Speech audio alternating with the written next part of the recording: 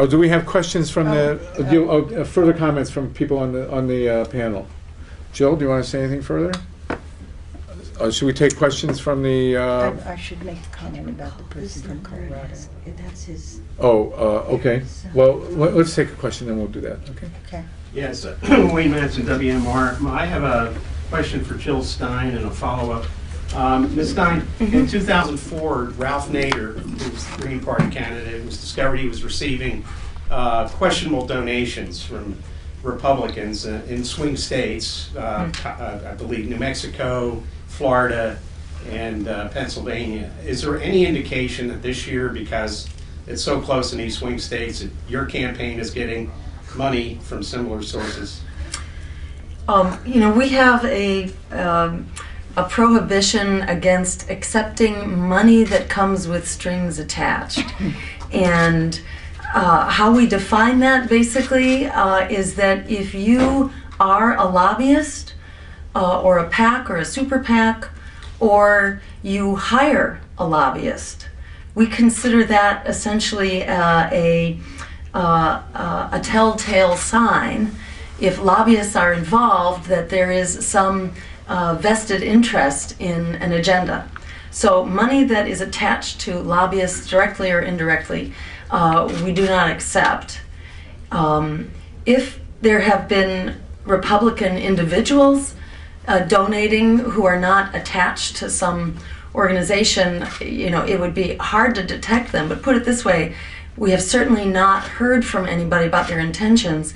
And donations to our campaign are spread out over, we're a national campaign, so it would be very hard to donate to the campaign that's operating nationally in the hopes that it be used effectively in that swing state. And finally, I would say that the money that we have in total is such a drop in the bucket compared to what the other parties have that it would be very hard to accomplish something meaningful with that. And a follow-up for any panel members. About 40 years ago, the old National Bureau of Standards, which is now National Institute of Standards and Technology, tried to implement federal election standards so we wouldn't have this problem with different machines. And these were lever machines back in those days.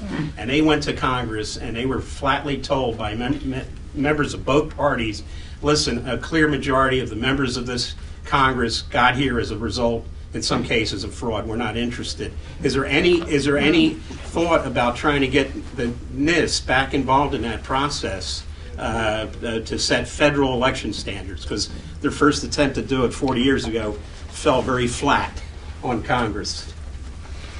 Go ahead, Jill. Well, I think the same really applies to all of the election reforms that we're talking about. It's very hard to move public financing, to open up debates and all of that, which is why, I myself have come to be involved with a political party, having started out as a physician, trying to ensure that that we had a healthcare system that people could afford, and that we weren't polluting people and poisoning them with pesticides and mercury out of our incinerators, etc. They were just very obvious public interest solutions to which there are incredible obstacles for implementing. I say I'm now practicing political medicine because it's the mother of all illnesses. That's what drives me to an independent political party. We actually passed campaign finance reform in my home state in Massachusetts by voter referendum. By an overwhelming margin, by a 2-to-1 margin, we passed public financing. This was in the late 90s. And very shortly thereafter, the legislature, which was overwhelmingly Democratic, about 85%, repealed that voter referendum on a voice vote, no less, adding insult to injury, so that they wouldn't have to run contested elections. Because they were largely running uncontested. About 80% or so of our elections were uncontested. They've now reverted to being uncontested again. So the system protects itself, and it has brought us where we are. As citizens of the country and the planet, we are paying an inordinate price right now, as the bailouts continue to bail out the Wall Street banks again to the tune of trillions of dollars. Our jobs continue to be offshored, wages continue to decline, healthcare costs continue to skyrocket even under the Affordable Care Act in my home state, where we've had it for 5 years. Bankruptcies, medical bankruptcies continue absolutely unabated, which tells you how affordable the Affordable Care Act actually is. And climate change has really come home to roost now. And what's being done about it? Absolutely nothing, which is why, why I come, and many of us come, to be working on a political party so that we can reach critical mass. It takes a social movement out in the streets together with an independent political voice to work to the point where we get to critical mass, to take back our democracy and all the things that depend on it. It's a long haul, but you never know when these things suddenly tip. And we saw that happen very unexpectedly in the last year in Tunisia and in Egypt, where Chris Hedges himself tells the story about how the democracy proponents in East Germany, on the very day the wall came down, were saying, maybe 10 years from now, we'll make some progress, and then suddenly they did. So we're working to make that progress as quickly as we can. Okay. Fitrakis, microphones, please. Lori, microphones. Can you pass that microphone over, maybe Cliff? And I don't know how to do this. No, your microphone with Bob and Jill. Oh, okay. Put this phone to the microphone. He's on the line. Bob, are you there? I'm here. Can you hear me? Yeah. Okay. So let's put him on that microphone there, if you would, and we can ask him. Bob, can you tell us the status of the lawsuit now? It was just filed in U.S. District Court, the Southern District of Ohio. Can we all hear? Case number If you point the speaker, I think the speaker's on the bottom. CV 1015. Can we write that down again? What is it again? 2:12 CV 1015. Okay. Can we have a round of applause for the filing of this lawsuit? Okay. Bob, can you tell us, please, the content and the nature of the lawsuit and what we're trying to get at here? Well, the lawsuit itself is seeking a temporary restraining order to remove the untested and uncertified software that was placed in 87 of the possible counties. We know they've admitted to 25 where it's already been installed. So what we're trying to do is simply remove what the Secretary of State says is benign software for communicating from at least every county where it is, but the 25 that we know of, including Cleveland and Columbus. Now, are these county-wide installations? Yes, they are. They're essentially a way of reporting information, tabulation information from the county boards of election to the Secretary of State's office. These are on ES&S machines, is that correct? Correct. They're on the ES&S machine. So what is the potential danger? What is the potential damage from the installation of this software that has prompted the filing of this lawsuit? Well, the fact that they're untested and, of course, uncertified, it's like any malware. There's a reason you test these to make sure that they don't have the potential to tamper with the vote count while it's being reported. So that's the danger, and that's why both federal and state law require that these be tested and approved ahead of time, not done secretly at the last minute. This contract was signed on September 19th. How many voters will be casting ballots on machines whose transmissions will be affected by this software? Let's see, potentially more than 4 million voters in Ohio.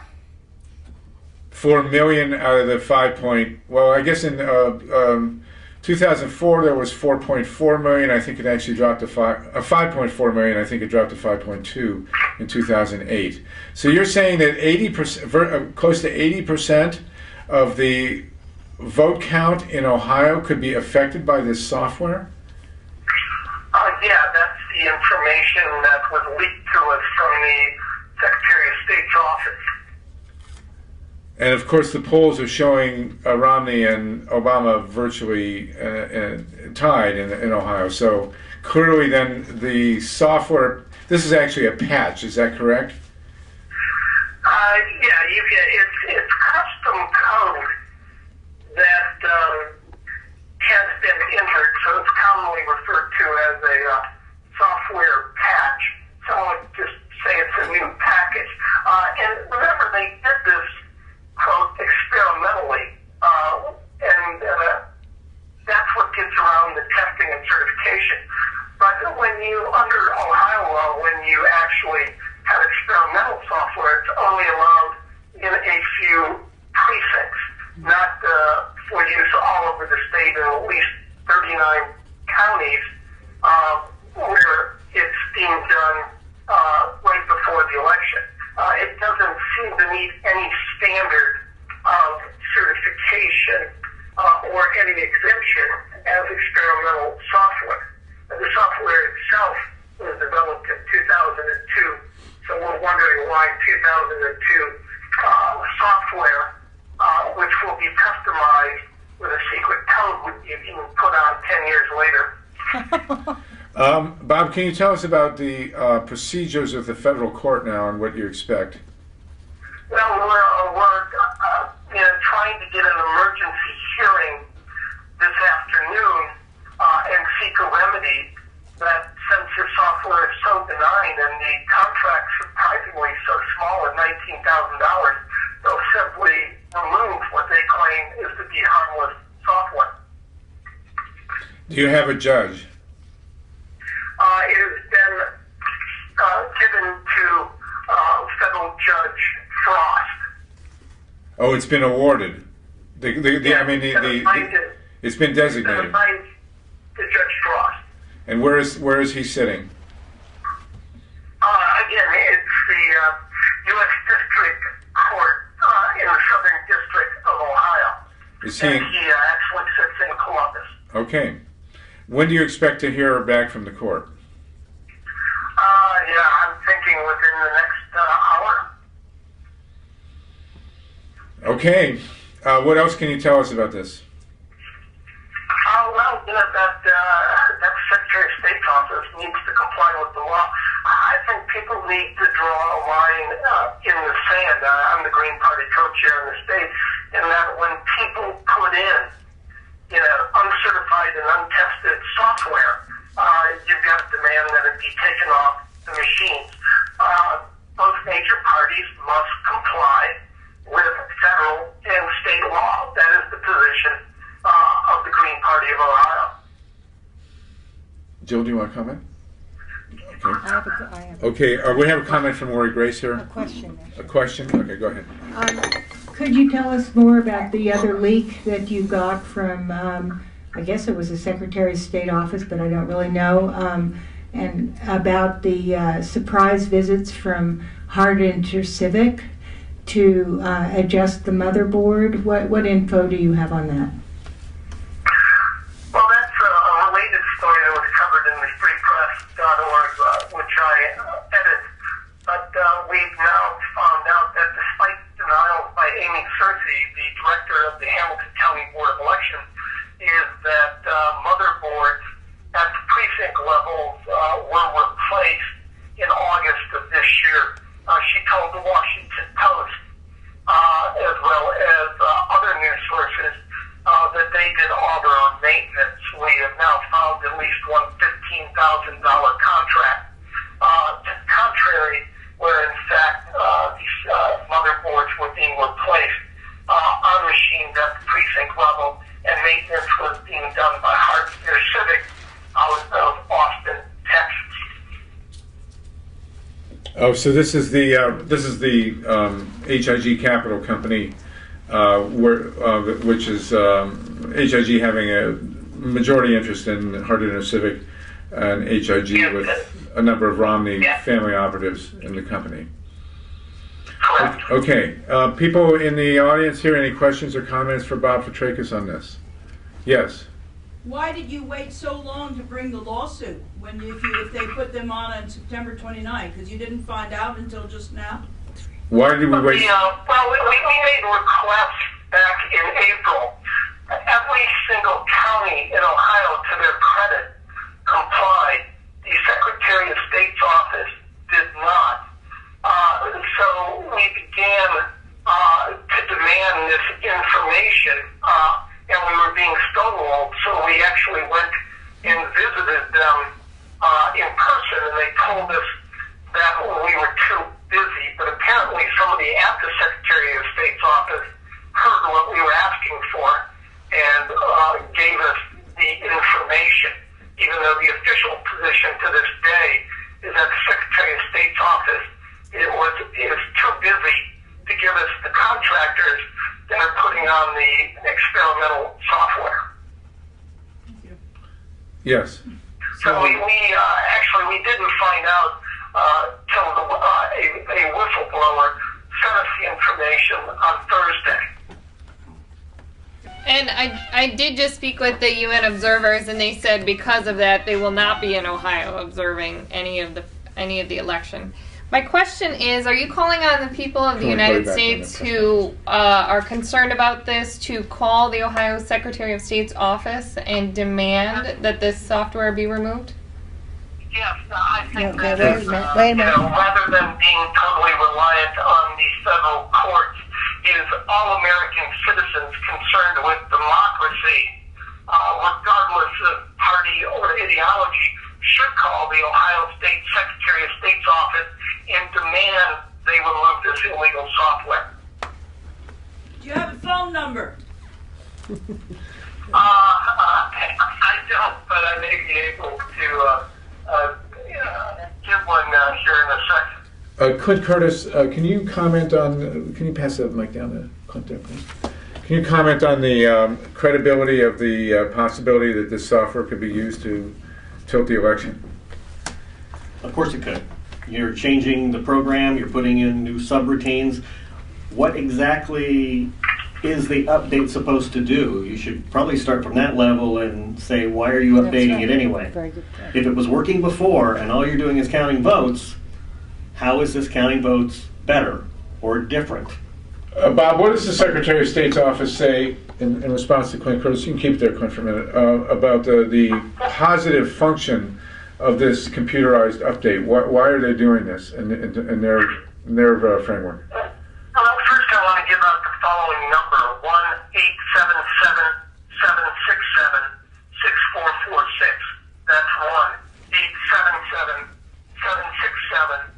1-877-767-6446. What they say is that it will help in reporting, whatever that means. It will facilitate communication. Our affidavits provided by our computer experts say that the moment that you allow direct input in the voting tabulation, the moment you go over the internet and exchange with this custom code, that it makes it vulnerable with that interface that anyone could in fact alter the county vote totals, and that you really created the Secretary of State's office as a man in the middle, capable of virtually anyone who is inserted, bad code.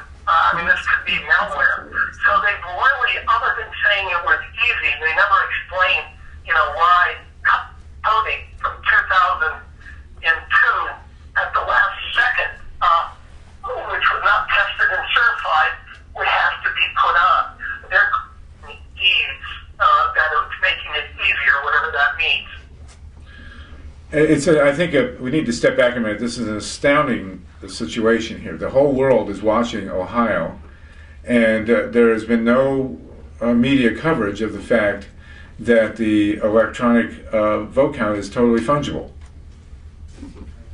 I mean, that's the reality we're looking at. Is that fair, Clint? Our computers? How would that work? How would somebody? Okay, Bob? How would it work? You're free to draw on our experience with Ken Blackwell in the late night of elections on 2004. How would the Secretary of State, who is a Republican, and the Governor of Ohio, who is a Republican, flip this election if they so choose?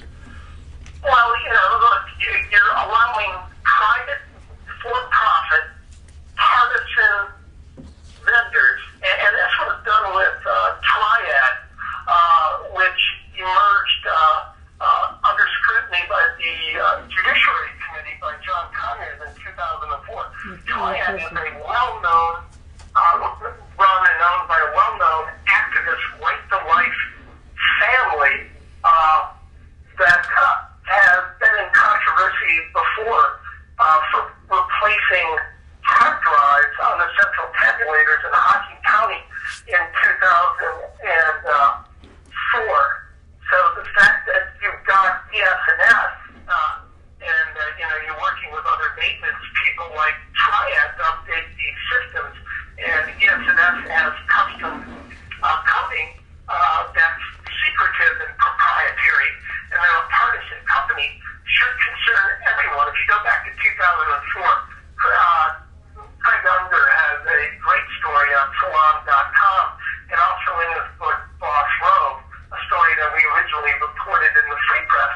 Essentially, in that case, they outsourced the vote tabulation reporting to a failover site. They claim that, so to speak, the mosquito bit the elephant and killed the supercomputers in Ohio. Hence, a partisan Republican high-tech company got to tabulate the vote, creating a man-in-the-middle attack, according to Steve Spoonmore, a computer expert. But if you read closely the Salon.com article and Craig Unger's book on Boss Road that just came out, is that when he tested the counties and gave it to a statistician, Richard Hayes Phillips, he gave them 40 counties blind, and 20 of them turned out to look like they were numbers within the margin of error of the exit poll, and then the other 20 all had numbers that fell well outside the exit poll, and those 20 were the ones that occurred after 11/14, after the private contractors took over the Ohio voting system in 2004. Now you have the same possibility with this untested, uncertified code in violation of federal law and in state law that was installed and secretly coded by partisan, for-profit election machine company owners. Yes, sir. Can you identify yourself, please? Yes, Andrew Craig, the Justice Integrity Project. Bob, or for anyone, one entity that has the ability to get to the bottom of this and impound evidence is the FBI and the Justice Department. However, they don't normally like to get involved unless there's public support for it, because they'll be accused of being political or sore losers. What can you say, if anything, about outreach to the FBI to get involved? And again, if there's a criminal conspiracy, they can impound all the stuff, whether it's proprietary or not. Well, my attorney, Cliff Arnebeck, has notified the FBI, and we forwarded them the stories, we forwarded them the contract. All the information that was leaked to us is in possession of the FBI and the U.S. Justice Department. And, I quite frankly, it's in violation of law. I would hope that the court would order that all the machines where this potential malware, this unauthorized software was placed, be in fact, impounded, and we bring out the crime tape until we see what's going on there. I think it should be that it is. They installed, this is a quote, experimental. The only reason they call it experimental is to get around the law, to get around the fact that it's uncertified and untested. So I think that we should treat it as a crime scene already. Well, one quick follow-up. You've described the man in the middle, and from my understanding, it can literally be very few people involved. However, in any conspiracy, as Machiavelli teaches, there are some people involved. And how many people does it take to pull this off? And if even one of them cracks, then everyone goes to prison, correct? Right. Unfortunately, all it would take is one person driving around the 39 counties since September 19th to install all malicious code, or whatever else is the equivalent, an Easter egg or whatever they installed that was uncertified and untested. So it doesn't. You're absolutely correct. It could involve very few people, and it may just involve the installation people. This causes this concern because the same pattern emerged in 2004, where the Triad Company, through the Rapp family, a very small family that was servicing 44 counties, showed up the week before elections, including in Miami County, where we found 2,500 phantom votes, people that hadn't signed into the poll. We found where 549 people had voted. Suddenly votes were being recorded for 679 out of 689 voters in Concord Southwest precinct. So, and the other pattern, there was a guy named Sam Hogsett who worked for this very company, ES&S, and he showed up in Miami County as well. So all of this last-second patching was done in 2004 when we got results outside the margin of error of the exit polls. And Sam Hogsett, when we Googled him, we found a newspaper article where he said that one of his goals in life was to shoot a liberal in the head. So right before the liberal would die, that the liberal would know that he, Sam Hogsett, had killed him, not the gun. So those are the types of people that are installing and working for these major companies. There's no background check. A lot of, and Bev Harrison Black Box Voting has done a good job here, is a lot of these people have been involved in dubious and or criminal activity. So, what we really need to do is have a background check on who these people are that are installing these secret, coded software at the last second. Mary Beth? Well, to sum up then, you've got, is it true, just glancing at it, looks like Ohio has been pretty well covered then. You've got the key county of Hamilton with the Hart Intercivic, and then is the rest of Ohio covered by ES&S and the patches? What Hart Intercivic is, and you've got more than 4 million people, 39 counties, virtually all the major cities are covered by those companies. That is the 3 C's, Cleveland, which is Cuyahoga County, Columbus, which is Franklin, and then Hart Intercivic, where major donors from Romney, control the board of Hart Intercivic, is where Cincinnati is. So, yeah, the vast majority of voters will either be covered by this custom secret software patch installed at the last minute, or be voting on machines that the Romney family's major donors, have the controlling interest in, and his family himself invests with that very company, Hig Capital. So yeah, they've got most of Ohio covered. Okay, is there any other questions here that we need to cover? Anything else? No, I haven't. Lori, Grace, we have 5 minutes to go, so if you can't do that. Bob, do you want to comment on something about how we find that a lot of these electronic voting machine companies kind of work together in a certain way, you know, even Hard Intercivic, ES&S, and this company named Seidel. Could you mention something about that? Yeah, I'd be glad to. I mean, what we're dealing with here is really what is a cartel. A lot of these people go from company to company. You know, whether it's whether it's Depot that gets busted, you know, doing with their CEO, you know, Walden Odell saying he's going to deliver Ohio votes, and then their machines malfunctioning in Toledo, where Lucas County is, and then they get bought up by ES&S. But you know, I mean, really, a couple of brothers, the Yarosevich brothers, Bob and Todd, developed a lot of this software, and they seem, you know, they appear to be back at ES&S.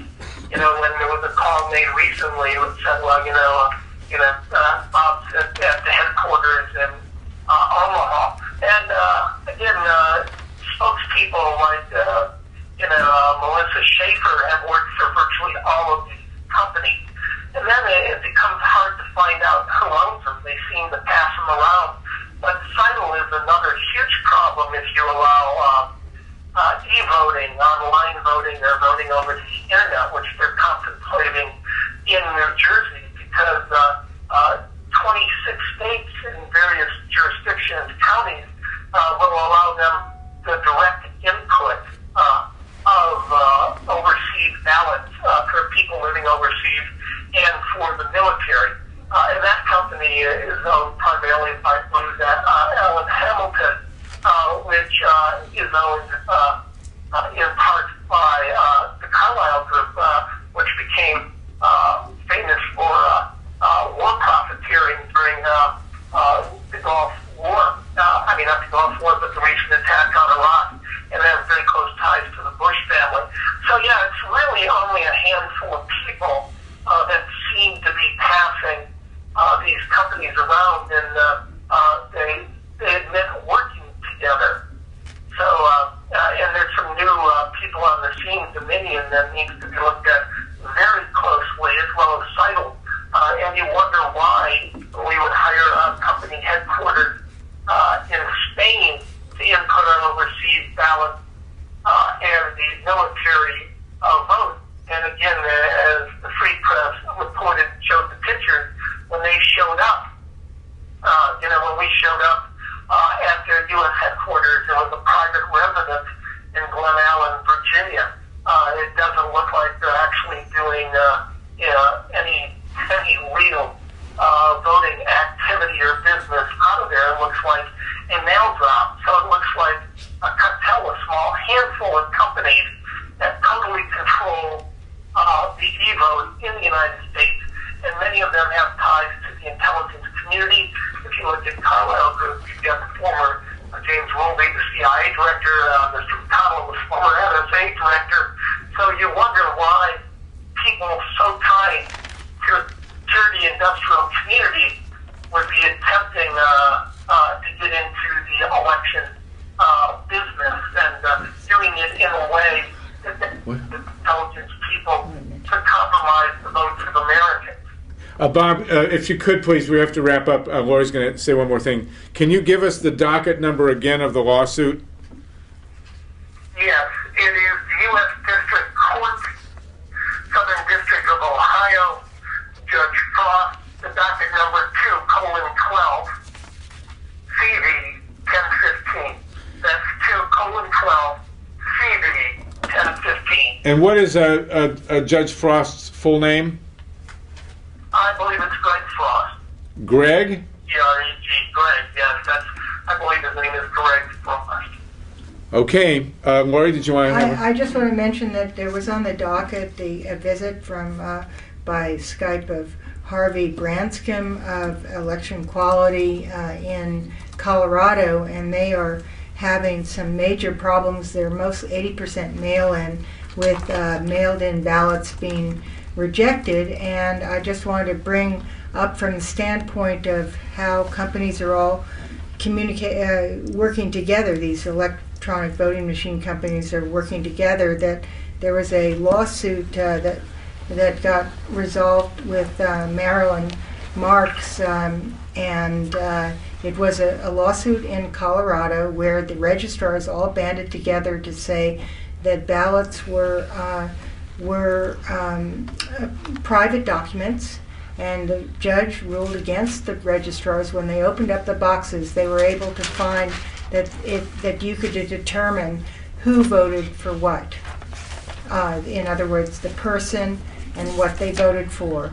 And there are two major data mining companies, one called TLO, or The Last One, is by Hank Asher, a former cocaine smuggler, and also Melissa Data in San Diego, that are now data mining enormous amounts of data about voters. 179 million voters are registered in the Melissa Data database, which works with smart tech, and what they advertise is targeted marketing. So. Okay, thank you very much. Bob, I think we're going to wrap it up. Is this called Fitrakis versus Houston? Is that the name of the lawsuit? Yes. It's FITRA? And ESNF. It's Houston and ESNF.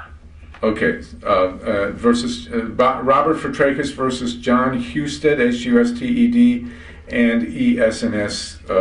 What's the rest of it? Is there a formal name there?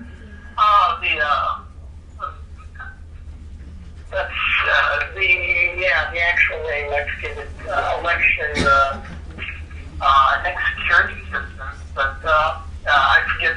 You'd have to look it up. I don't have the pleadings in front of me, but if I can find it for you here, just let me look at the pleadings to see what official name. Okay, we need that.